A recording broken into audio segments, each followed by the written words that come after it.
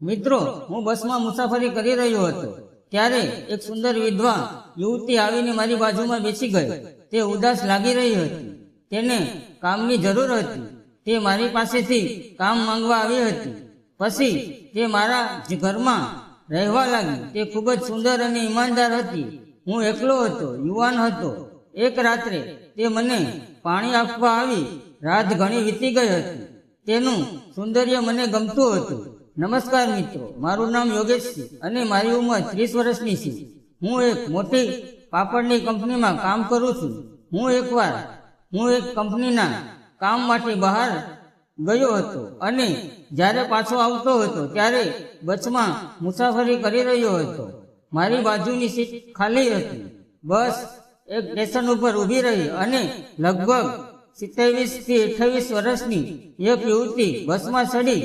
તે સીટ શોધતા પાછળ તરફ આવી. તેના માથા પર સિંદૂર ન હતું એટલે મને લાગ્યું કે કદાચ તે વિધવા હશે, પણ તે દેખાવમાં ખૂબ જ સુંદર હતી.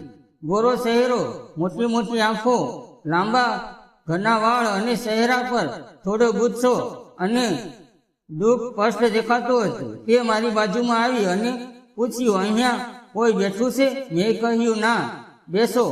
તે મારી બાજુમાં બેસી ગઈ. તેના હાથમાં નાનું બેગ હતું જેને તેણે બેઠકની નીચે મૂક્યું અને શાંતિથી બેસી ગઈ. તેણે એક ગામની ટિકિટ લીધી અને આંખો વીસી લીધી. મારું ધ્યાન સતત તેની તરફ હતું. તેની આંખોમાં આંસુ દેખાતા હતા. બારીમાંથી આવતા ઠંડા પવનને લીધે ધીમે ધીમે તે ઊંઘવા લાગી અને અચાનક તેનું માથું મારા ખંભા પર આવી ગયું. હું કાંઈ બોલ્યો નહીં, પણ મનમાં વિચાર આવ્યો કે તેને કહું કે તમારું માથું મારા ખંભા પર છે. પણ પછી મનમાં થયું કે તે સૂઈ રહી છે તો થોડી વાર સુવા દઉં. થોડી વાર પછી તેને સમજાયું કે તેનું માથું મારા ખંભા પર છે. તે તરત સીધી થઈ ગઈ અને માફી માંગવા લાગી. માફ કરજો, મને ખબર નહોતી રહી. મેં હસીને કહ્યું, કાંઈ વાંધો નહીં, અને ત્યાંથી અમારી વાતચીત શરૂ થઈ. મેં કહ્યું, તમે ખૂબ જ ટેન્શનમાં લાગતા હતા અને થોડી વાર પહેલા રડી રહ્યા હતા. શું થયું? શરૂઆતમાં તેણે કાંઈ કહ્યું નહીં, પણ થોડા સમય પછી પોતે જ બોલવા લાગી કે તેણે કહ્યું, હું એક જગ્યાએ કામ કરતી હતી, પણ માલિકે મારા પર ચોરીનો આરોપ મૂક્યો અને મને કામ ઉપરથી કાઢી મૂકી. 3 મહિનાનો પગાર પણ નથી આપ્યો. હું વિધવા છું. મારા પતિનો કેટલાક વર્ષો પહેલા એક અકસ્માતમાં અવસાન થઈ ગયું છે. ત્યારથી મારી પરિસ્થિતિ ખરાબ થઈ ગઈ છે. હવે હું મારા ગામડે મારા ઘરે જઈ રહી છું. ત્યાં જો કોઈ કામ હોય તો કરવા લાગીશ. હું પણ એકલો જ રહેતો હતો અને ઘરના કામ માટે મારે કોઈ વિશ્વાસુ વ્યક્તિની જરૂર હતી. પણ પુરુષ અને સ્ત્રી અજાણ્યા હોવા છતાં એક જ ઘરમાં રહેવાનો વિચાર થોડો અજીબ લાગતો હતો. મેં ધીમેથી કહ્યું, મારા ઘરે સફાઈ અને રસોઈનું કામ છે. જો તમને યોગ્ય લાગે તો આ મારું સરનામું છે. જો તમને બીજી કાંઈ કામ ન મળે તો આવી જજો. તેણે કાંઈ પણ બોલ્યા વગર શાંતિથી મારી તરફ જોયું અને પોતાના સ્ટેશન ઉપર ઉતરી ગઈ. જતી વખતે તેણે પાછળ વળીને મારી તરફ જોયું. 2-3 દિવસ વીતી ગયા. રવિવારનો દિવસ હતો. હું ઘરે આરામ કરી રહ્યો હતો. અચાનક દરવાજાની ઘંટી વાગી.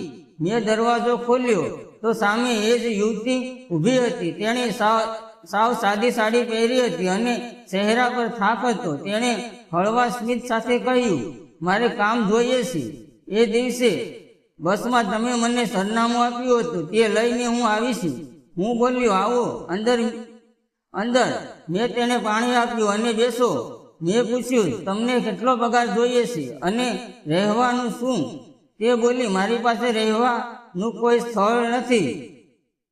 થોડા દિવસ હું અહીંયા જ રહીશ અને પછી હું પોતે વ્યવસ્થા કરી લઈશ. મારું ઘર મોટું હતું. તે દિવસથી જ તેણે ઘરનું કામ શરૂ કરી દીધું. શરૂઆતમાં તેણે ફક્ત ચા બનાવી. મેં કહ્યું, બંને માટે બનાવો. તે ખૂબ ખુશ થઈ ગઈ. થોડા દિવસોમાં તે સવારમાં વહેલા ઉઠીને નાસ્તો બનાવતી, સફાઈ કરતી, બગીચામાં પાણી આપતી, ખૂબ મહેનતથી કામ કરતી. તે કદી આળસ કરતી ન હતી. તેને ઈમાનદારી અને કામથી હું પ્રભાવિત થવા લાગ્યો અને ધીમે ધીમે તે મને ગમવા લાગી. અમારી નજરો ઘણી મળતી, પણ હું કાંઈ કહી શકતો ન હતો. એક દિવસ રવિવારે હું ઘરે હતો. તે કામમાં વ્યસ્ત હતી અને હું ખૂબ સુંદર લાગતી હતી. મારી ઉંમર લગ્ન લાયક હતી, પણ મેં ક્યારેય લગ્ન કર્યા ન હતા. હવે તેના આવવાથી મનમાં લગ્નનો વિચાર થવા લાગ્યો. એકવાર મેં તેને પાણી લાવવાનું કહ્યું. તે તરત જ ગઈ અને ગ્લાસમાં પાણી લઈને આવી. મને તેને જોવાનું ગમતું હતું, એટલા માટે હું જાણતા અજાણતા તેને નાના નાના કામ કહેતો. તે પણ નજર સોરતી, પણ હળવા સ્મિત સાથે કામ કરતી. એક દિવસ સવારે હું બાથરૂમ પાસે ગયો. દરવાજો પૂરો બંધ ન હતો. કદાચ તે ભૂલી ગઈ હતી. મેં માફી માંગી અને બહાર આવી ગયો. તે દિવસે તે થોડો સંકોચમાં લાગી. આજે જમ્યા પછી તેણે રસોડામાં સાફ કર્યું. હું રૂમમાં બેઠો હતો.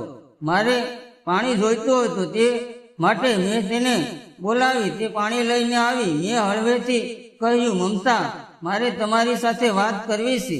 તે શરમની બોલી, બોલો સાહેબ.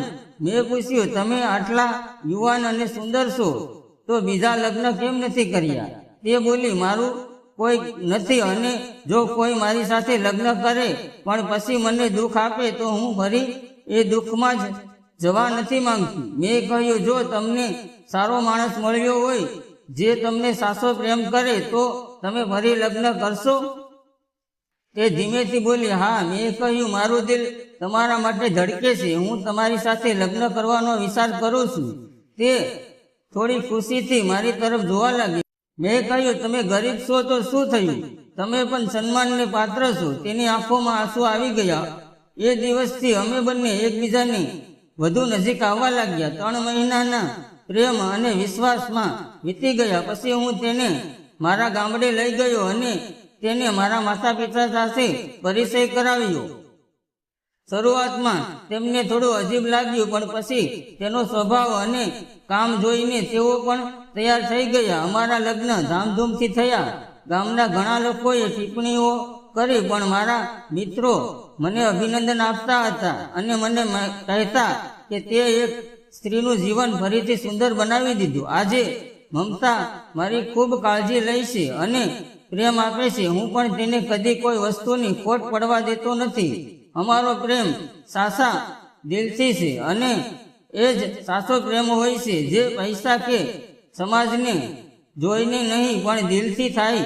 મિત્રો, શું મેં સાચું કર્યું કે ખોટું? કોમેન્ટમાં જરૂર કહેજો. ક્યારેય પ્રેમ અણધાર્યા સ્થળે મળે છે. બસની સીટ ઉપર, બસ સ્ટોપ પર જે કોઈ તૂટેલા દિલને નવી જિંદગી આપી જાય છે. સાચો પ્રેમ જાત, પરિસ્થિતિ કે ભૂતકાળ નથી જોતો, એ ફક્ત દિલ જુએ છે. વિડીયોમાં આવેલા નામ, પાત્ર અને ઘટના ફક્ત કાલ્પનિક હતા. તેનો કોઈ પણ વ્યક્તિત્વ, જાતીય કે ધર્મ સાથે સંબંધ નથી. ફરી મળશું આવતીકાલે એક આવા જ નવા વિડીયોની અંદર. ત્યાં સુધી આવજો અને વિડીયો પૂરો જોવા બદલ આપ સૌ મિત્રોનો દિલથી ખૂબ ખૂબ ધન્યવાદ.